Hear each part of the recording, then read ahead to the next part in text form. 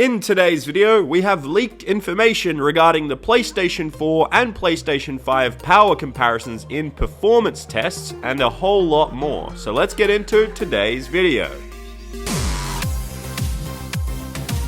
Here we go, back at it yet again with another video. G'day guys, I'm Champ Chong, and today I'm having a bit of a bad hair day, so please forgive me for that. But anyway, if you guys do end up enjoying today's video, make sure you smack that like button real good. And now, let's jump into the first news report on today's video, which is about the PlayStation 4 and PlayStation 5's performance test comparisons. A really well-known leakster known as TUM Apisac has revealed what could be the first benchmark leak of the PlayStation 5's AMD Gonzalo APU. What's crazy here is that the PlayStation 5 looks to be 4 times more powerful than the PlayStation 4. So it's on par, maybe even better, than the Nvidia GeForce RTX 2070 graphics card. Now, Apisac tweeted this undisclosed benchmark score of the semi-custom AMD graphics chip. It's known as the AMD Gonzalo APU within the PlayStation 5. He indicated the overall score for Gonzalo to be upwards of 20,000, with the PlayStation 4 non-Pro edition scoring only 5,000 for comparison. Now, the full details of these benchmark tests are hidden, so we don't know the exact specs. They're not available right now, but what we can gauge is that this does look like the overall score for 3D Mark Firestrike. So basically, from these numbers, we do get the information that it will be 4 times more powerful than the PlayStation 4, which is actually a significant upgrade from the previous generation. So seeing the PlayStation 5 have this score in the benchmark test in comparison to the PS4, and just a heads up, it isn't the PS4 Pro, it's just the regular PS4. This is amazing. Now, if you're wondering, in comparison to like a GTX 2070 graphics card from Nvidia, which they kind of compared, which is actually more powerful than that, it's maybe between a 2070 and a 2080. So in comparison to that, it is more powerful than that graphics card, but maybe not more powerful than a 2080. Another thing to note down is that in comparison to a GTX 1080, you do have 60 FPS running at 4K for that kind of graphics card. And then, if you do think about it, it is more powerful than that graphics card. So we could be seeing 4K gameplay at about 100, maybe 120 FPS, which is amazing on a console. However, it's all going to come down to how developers make these games, how they port them over. I'm realistically going to think that we will see more so 4K 60 FPS for the first year or 2 years of these new consoles, the new life cycle of these systems, because it's going to take a while for them to use all the raw power that is available and just to make some shortcuts, I guess. So yeah, that's pretty awesome that we did get these insider leaks regarding the PS5's power compared to the PS4. Just some comparisons there, but the thing to note down also is the fact that we don't know if this will be the final testing of the system, that we don't know if these will be the final specs. It might not even run this exact way, because the thing is, the PS5 and the next Xbox console, they won't be out until a year and a half from now. So maybe in, I don't know, 10 months from now, we'll see final results of what we could be expecting, because that'll be closer to the actual release of the system, with time to actually settle all that stuff at both Sony and Microsoft respectively. Anyway, let me know what you guys think in the comments down below regarding this. And man, my hair is real bad today. But yeah, let me know in the comments down below what you guys think about not my hair, but about these comparisons and the comparison in general. So yeah, let me know, and let's get on to the next news report on today's show. And this one is a current generation game, because, well, Cyberpunk 2077 will require 80 gigabytes of disk space on PS4, and it has been confirmed for Xbox One that it will have 4K on the Xbox One X. But the main thing here is the 80 gigabytes of disk space. That's just insane to think that it is 13 gigabytes more larger than the already massive Days Gone on PS4. That's just ridiculous. So if you don't have much hard drive space on your system, you're in for a bit of a treat, because this will most likely be the same for you if you want to download it digitally. You'll need probably close to 100 gigs, because, well, at the end of the day, you got to think about updates, upgrades, and all that kind of stuff that comes along with the game later on down the line. So that's going to add to your space just for one game. That's just insane. Now, this is for the PS4 version. That's what we've been told, but most likely this is also going to run for Xbox. And, well, speaking of Xbox, we have found out that the Xbox One X will be running this game in 4K. Now, obviously, obviously this isn't just for the Xbox One X. Most likely this will also come down to the PlayStation 4 Pro. We're not exactly sure when we will find out if it will definitely be on there or if we'll get some sort of trade-off, something similar to 4K, maybe 2K, or I don't know, some sort of upscaled version to 4K. We'll find out. As for the base models, just the Xbox One, Xbox One S, and the PlayStation 4 non-Pro edition, those will just be running at regular 1080p from what I've heard so far, which isn't bad, still looks good, the game's still going to be beautiful, and yeah, you'll still have a great time. So that is some news regarding this big upcoming game, which is out early next year. I can't wait for it. But anyway, that's it for that piece of news.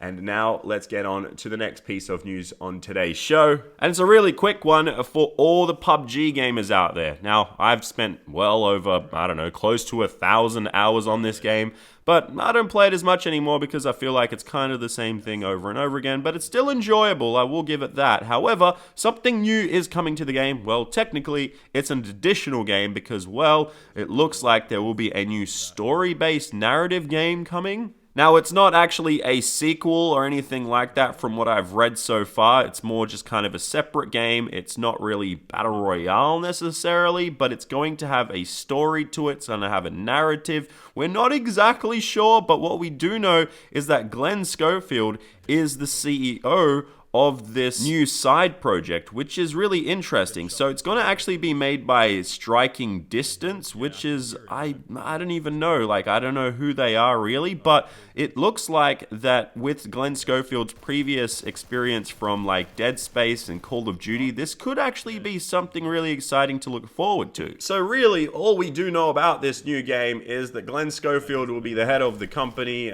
building this game. It's going to be sort of set in the PUBG universe, whatever that means. I guess you're able to go to the school, you're able to go to Pachinki, maybe there's going to be some sort of story behind all that. You could go to Miramar, I don't know, but it's something different, it's something exciting, and it's cool to see games now building off of Battle Royale games and kind of the lore, whatever it is, because I guess Fortnite has been doing that for the longest time, and now other games are doing that. But yeah, anyway, let's move on to our final news report, which is actually a bit of a controversial topic regarding the Call of Duty franchise with Black Ops 4. So it looks like Black Ops 4 has a brand new pay-to-win feature that has been added in Blackout through the latest patch of the game, and well, the community seems pretty outraged about this one. If you go to the game's Reddit page, you can see pretty much everyone's sort of complaining and questioning what the hell is going on with the game and why would they add such a thing and what is that thing they added?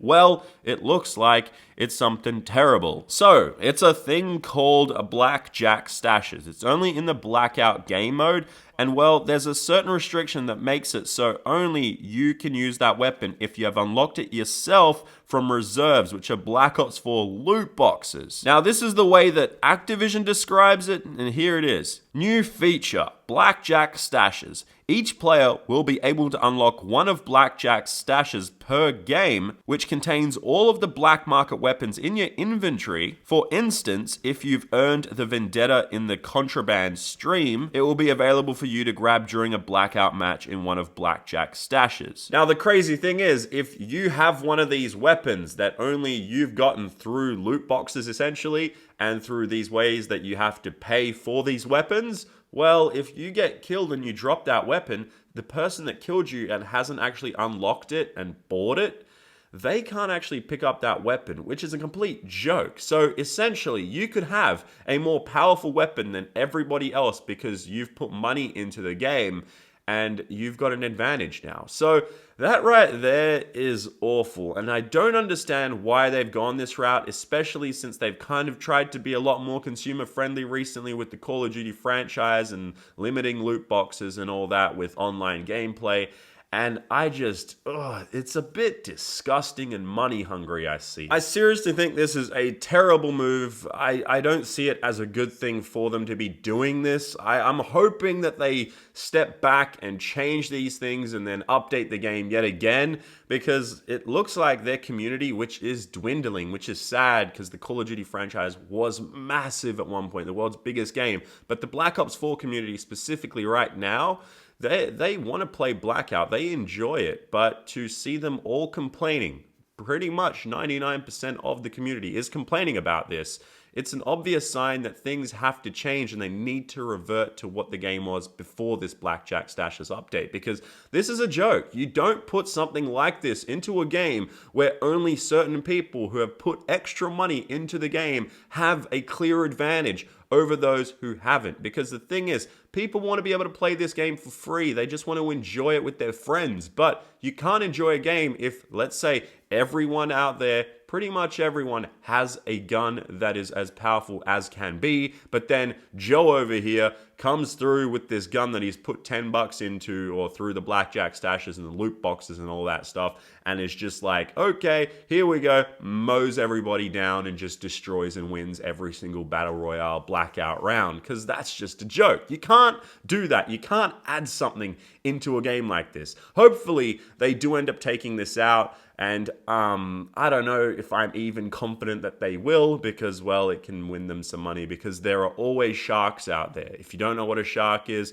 they're the ones who spend the most hundreds, if not thousands of dollars in online games, and that's where the companies make their money. So people will end up spending money to win these games, and that's just a terrible road to head down, and we'll probably see it fail miserably if they don't update this change. But we don't know what's going to happen. I'll definitely keep you guys updated on that. I thought I'd definitely add this in here and give it a few minutes just to kind of give my thoughts and update you guys on that. I haven't played Blackout in a while. I am excited for the next Call of Duty game, but I just don't like this practice at all. I don't think this update is good. I don't like where it's going.